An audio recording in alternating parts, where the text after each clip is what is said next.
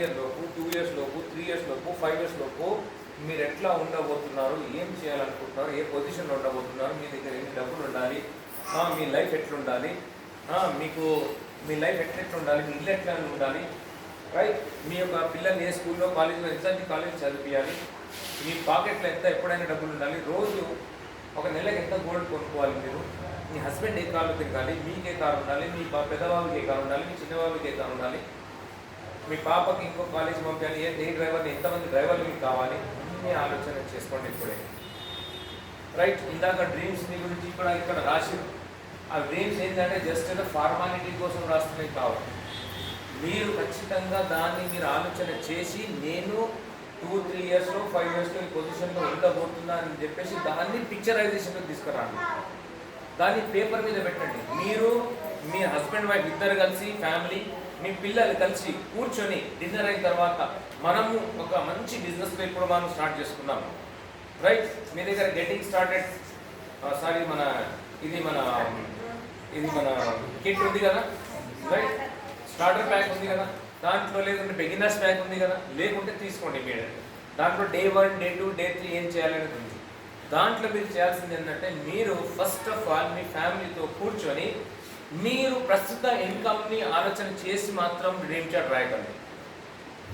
ఫ్యూచర్లో మీరు ఏ పొజిషన్లో ఉండబోతున్నారో అనేది ఆలోచన చేసి మీ డ్రీమ్ చార్ట్ని తయారు చేసి ఏదైతే మీ ఆలోచన ఏదైతే ఉందో అక్కడ రాయండి. దానికి సంబంధించిన 1-2 పోస్టర్లు ఏమైనా పిక్చర్లో పేపర్లో వచ్చిన కటింగ్ అయినా సరే, లేకుంటే ఇంటర్నెట్ నుంచి తీసినా సరే, లేకుంటే మీరు డ్రా చేస్తారంటే సరే, మీకు ఇష్టమైన కార్ అయినా సరే ఇంటర్నెట్ నుంచి డౌన్లోడ్ చేసుకొని దాన్ని తీసుకొచ్చి దాన్ని పేస్ట్ చేసి గోడ మీద పెట్టండి. కానీ ప్రతిరోజు చూడండి, అదే మీ పాస్. అప్పుడే మీరు కాగలుగుతారు. ఒకవేళ మీరు మీ 5 ఇయర్స్ లోపు మీరు ఏడు ఉండాలనుకుంటున్నారు, 1 ఇయర్ లోపు మీరు ఏడు ఉండాలనుకుంటున్నారు, ఒకవేళ ఆలోచన చేయకపోతే మళ్ళా 1 ఇయర్ ముంగట 1 ఇయర్ తర్వాత మళ్ళీ ఇట్లనే కూర్చుంటాం, మళ్ళీ ఇట్లనే నా మీరు చూసుకుంటా ఇదే పొజిషన్లో ఉంటారు, కానీ పెద్దగా సక్సెస్ రాదు. సారీ, ఎందుకంటే మీరు ఆలోచన చేయలేదు. ఆలోచన చెయ్యాలి. ఖచ్చితంగా మీరు ఆలోచన చేసి ఎస్ నాకు ఇది కావాలి అని చెప్పేసి మీరు రాయాలి. అక్కడ నేను ఫస్ట్ కార్ తీసుకోమంటే ముందే మా ఖాందాన్లో ఫస్ట్ హ్యాండ్ కార్ ఎవరు తీసుకోలేదు, మా ఖాందాన్లో లేదు. కానీ నేనేమో పెద్ద ఫోటో తీసుకొచ్చేసి దాన్ని బుక్ వస్తుంది కదా, ఇట్లా ఒక 4-5 పేజీలు వస్తాయి కదా, అవన్నీ చింపిన సగం సగం సగం చింపేసి ఈడొకటి నేను మార్నింగ్ సిపిఐ ఉండే కాడ కూర్చొని ఆడ పేస్ట్ చేసిన మొత్తం, నేను ఈ కార్లో తిరుగుతా, ఈ కార్లో చూస్తాను, నేను తిరుగుతా అని చెప్పేసి చుట్టాలు వచ్చి చూసుకుంటా నవ్వుకుంటా వీడు మా ఖాందాన్ని ఇవ్వడం వీడు కొట్టడానికి అని చెప్పేసి. ఫస్ట్ హ్యాండ్ కార్ అంట 1,00,000-2 లక్షలు తీసుకుంటే చాలా మన లైఫ్లకు పిచ్చోడ 10 లక్షల కార్ పెట్టారు ఎవడన్నా అన్నారు నాకు.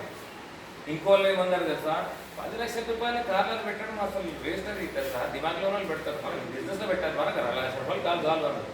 అంటే వాళ్ళ పెద్ద తెలివిదలో కాదు, చేత కాక 2 లక్షల రూపాయలు కొనే చేత కాక అట్లా అనుకుంటారు అన్నట్టు. అంటే ఆ సిచ్యువేషన్లో ఉన్న వాళ్ళు ప్రతి ఒక్కరు కూడా ఎక్కడించారు నాకు 10 లక్షల రూపాయలు వీళ్ళు కొనడానికి అయింది ముఖానికని. కానీ 16 నెలల్లో ఆ 10 లక్షల రూపాయల కార్లు తీసుకొని తీసుకుంటారు. అది ఎందుకు జరిగింది అంటే ప్రతిరోజు నేను పొద్దున్న లేవగానే దాన్ని చూస్తున్నాను. ఆ కార్ ఎట్లా తీసుకున్న ఫోటో కూడా ఎట్లా తీసుకొని పెట్టున్నా అంటే సీట్లో నుంచి కూర్చుంటే అద్దం నుంచి ఎట్లా కనిపిస్తుంది అట్లాంటి ఫోటో ఉండేవాడు. అది ఒక్కటే హైలైట్ ఉండే, అన్ని మిగతా అయితే పైనుంచి సైడ్ నుంచి కనిపించినాయి. అది ఒక్కటి నేను చూస్తే నేను నా కార్లోనే కూర్చుంటే అనిపిస్తున్నాను. బయట ప్రపంచం మొత్తం కార్లోనే కనిపిస్తుంది అంతా. అసలు ఎట్లా అంటే అద్భుతమైన ఫీలింగ్ ఉంటుంది. అట్లాంటి ఫోటో మీ దగ్గర ఉండాలి. నాకేమో అది కార్ బాగా ఇష్టం ఉంది, ఎందుకంటే సెకండ్ హ్యాండ్ కార్ కూడా కొనలేని పరిస్థితుల్లో ఫస్ట్ హ్యాండ్ కార్ కొంటే ఎట్లుంటుంది మాత్రం సూపర్ ఉంటుంది, అది నాకు ఉంది. కానీ మీకు అదే ఉండాలని చెప్పేసి గ్యారంటీ లేదు. మీకు ఏదైనా వేరేది ఉంటుంది, ఇక్కడ ఇక ఇట్లా పిండినట్టు అవుతుంది, దాన్ని గుర్తు చేస్తే ఇక్కడ అట్లా కూర్చున్నట్టు అవుతుంది. ఎవరైనా మీ రిలేటివ్ మీ ఫ్రెండ్ మిమ్మల్ని ఎక్కినిచ్చినది ఏదో ఉండొచ్చు, దాన్ని తీయండి బయటికి. నువ్వు చేయలేవు, ఇది నువ్వు చేయలేవు అని చెప్పిండొచ్చు. మీ బంగారం ఒకవేళ లేదు, మీ దగ్గర లేదు, అది తాకట్టు ఉందంటే దాన్ని నేను ఇప్పించుకుంటా అని చెప్పేసి దాన్ని చేయండి. మీకు ఎవరైనా ఇప్పించి మీకు నువ్వు ఎప్పుడు నీ జీవితం మొత్తం 2 హ్యాండ్లనే గడిపేస్తావు. నీ జీవితంలో నువ్వు కొత్త ఇల్లు కొనలేవు, సొంత ఇల్లు కొనలేవు అని చెప్పిండొచ్చు మీకు ఎవరికైనా, మీరు ఎవరికైనా మీకు ఎవరైనా చెప్పిండొచ్చు. అది రాయండి, ఆడ నా సొంత ఇల్లు ఉండబోతుందని. ఇంకేదైనా చెప్పిండొచ్చు, నువ్వు జన్మలో పిల్లల్ని నువ్వు గవర్నమెంట్ స్కూల్ తప్ప, ప్రైవేట్ చిన్న స్కూల్ తప్ప, ఇంటర్నేషనల్ స్కూల్లో చదివించలేమని చెప్పిండొచ్చు. దాన్ని తీయండి బయటికి, అది రాయండి. అప్పుడే మీరు ఆ స్టేజ్కి వెళ్ళగలుగుతారు. సాధించగలుగుతారు. మీరు ఫస్ట్ డిసైడ్ కావాలి, మీ మైండ్లో డిసైడ్ కావాలి. మళ్ళా మనం మైండ్ ఎప్పుడైతే డిసైడ్ అవుతున్నప్పుడు మనం ట్రై చేస్తామో ఇమ్మీడియట్గా మనలో ఉన్న నెగిటివ్ ఎనర్జీ ఏమైతుంది, దానికి పక్కన పెట్టి ఫస్ట్ తర్వాత 10,000 సంపాదించిన తర్వాత చూద్దామనే ఆలోచన మళ్ళీ ఆపిస్తుంది. ఫస్ట్ మీరు ఆలోచన చేద్దాము, ఇమాం సార్ చెప్పిండు అని చెప్పేసి పోయి పలకా బల్బము లేకుంటే ఇంకేదాన్ని తీసుకొని కూర్చుంటే ఇవన్నీ మనకి ఎడసెట్ అయితే 10,000 సంపాదించిన తర్వాత మీరు హస్బెండ్ వైఫ్ చెప్తారు, ఇదా కారా 10 లక్షల కారా, ఫస్ట్ 10,000 సంపాదించిన తర్వాత రాదు అని చెప్తారు. నో, అట్లా ఆలోచన రానియకండి. ఫస్ట్ రాయండి, ఫస్ట్ రాస్తేనే అవుతుంది, రాయకపోతే కాదు. ఎగ్జాంపుల్ చెప్తాను, బెస్ట్ ఎగ్జాంపుల్ చెప్తాను. ఈరోజు మీరు ఇంటి నుంచి బయలుదేరేటప్పుడు మీరు ఎక్కడికి వెళ్ళాలి అని చెప్పేసి మీరు అనుకున్నారు, గట్టేసరికి మీటింగ్కి వెళ్ళాలి అంటే మీ మైండ్లో ఈ ఆలోచన వచ్చిందా లేదా, హాల్ వచ్చిందా లేదా, అప్పుడు ఏడికి వచ్చిందా లేదా, ఏడికి వచ్చిందా, అరే గట్టేసరి వచ్చేసినాం అనుకోలేదు, కరెక్టా కదా. ఫస్ట్ మీరు మైండ్లో డిసైడ్ అయ్యారా లేదు గట్టేసరి వెళ్ళాలి అని. అప్పుడు ఏం చేశారు, ఎట్లా వెళ్ళాలి, సిస్టర్కి అప్లైన్కి వాళ్ళకి ఫోన్ చేశారు, ఎట్లా వెళ్దాం అక్క, మేడం ఎట్లా వెళ్దాం, మీరు ఆటోకి వెళ్తారా బస్కి వెళ్తారా, నేను కూడా వస్తా లేకుంటే నేను ఆడగలుస్తా, ప్లాన్ అయింది. తర్వాత మీ ఇంటి నుంచి బయలుదేరి రెడీ అయ్యారు, అక్కడ వరకు వచ్చారు, అక్కడ నుంచి కలిసి ఇక్కడికి వచ్చారు. ప్రతిదీ కూడా ఇట్లాగే జరుగుతుంది. ప్రతిదీ కూడా మనం ఫస్ట్ డిసైడ్ అవుతాం ఎక్కడ, దాని పిక్చర్ ఇది వస్తుంది, రైట్. మొన్న మేము దుబాయ్ పోతున్నాం అనగానే మాకు ముందే పోకంటే ముందే ఓహో వస్తున్నాయి బిల్డింగ్లు అవి ఇవి పోలేదు ఇంకా, కానీ ఇలా మైండ్లో వచ్చేసినాయి, వస్తాయరా అప్పుడే ఎక్కడికి చేరుకుంటాం.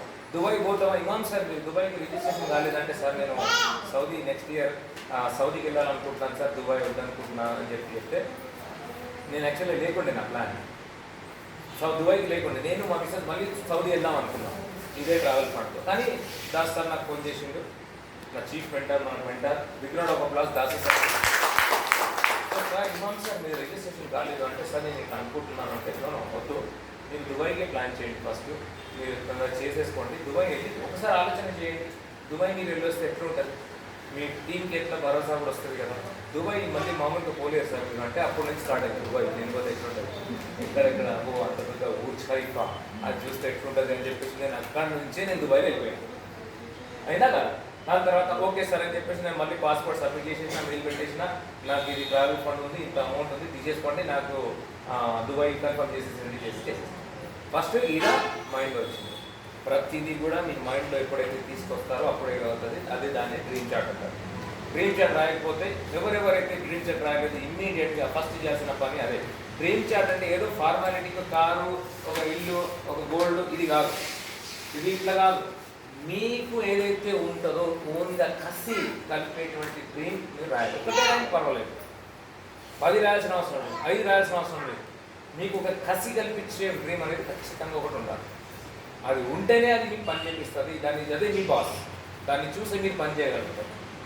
లేకపోతేనా చూద్దాంలే చేద్దాంలే, ఆహా అప్లైన్ ఫోన్ చేస్తే కొంటాం, లేకపోతే కొనం, లేకపోతే ప్లాన్ చెప్పాం అని నడుస్తూ ఉంటుంది. మళ్ళీ ఏమవుతుందంటే ఓ వెస్టీజ్ అని 2 ఇయర్స్ అయితే జాయిన్ అయ్యి ఇంక ఇండే ఉన్నాను అంటాం. చాలామంది అంటుంటారు కదా మనం, ఎందుకు అంటే వాళ్ళకి డ్రీమ్ అనేది క్లియర్ లేదు. మనం బయట చాలామంది కలుస్తుంటారు, ఇక్కడ వరకు కూడా రారు వాళ్ళు, మీరు ఇక్కడి వరకు వచ్చారు, మీకు ఇంట్రెస్ట్ ఉంది, మీకు కసి ఉంది, మీ కోరిక ఉంది, తపన ఉంది, అందుకని ఇంటికి వచ్చారు. మనకు రాకుండా అరుగుల మీద కూర్చుంటారు చూడండి, పిల్లలు ఇంటికి పంపించేసి ఇక అంతే పని. అసలు వాళ్ళు చాలామంది ఉంటారు. ఒక్కసారి ఒక సబ్బు పేస్ట్ మీ దగ్గర నుంచి మీ వాళ్ళ జిల్లాగా కొంతమంది తీసుకొని వాళ్ళ దగ్గర తీసుకొని సబ్బు ఇంట్లో కూర్చొని ఓవెస్టీ నాకు అంతా తెలుసు, వాళ్ళు కుజ్బినే దోసాలు కుజ్బినే అంటారు. వాళ్ళకి ఆలోచన లేకుండే వాళ్ళు పని చేయలేదు, అందుకని వాళ్ళకి ఏమి రాదు. ఎందుకు రాలేదు అంటే వాళ్ళకి ఆలోచనలో డ్రీమ్ అనేది లేకుంటే వాళ్ళు డిసైడ్ కాలేదు, వాళ్ళు చేయలేదు. మీరు డిసైడ్ చేయండి, ప్లాన్ చేయండి.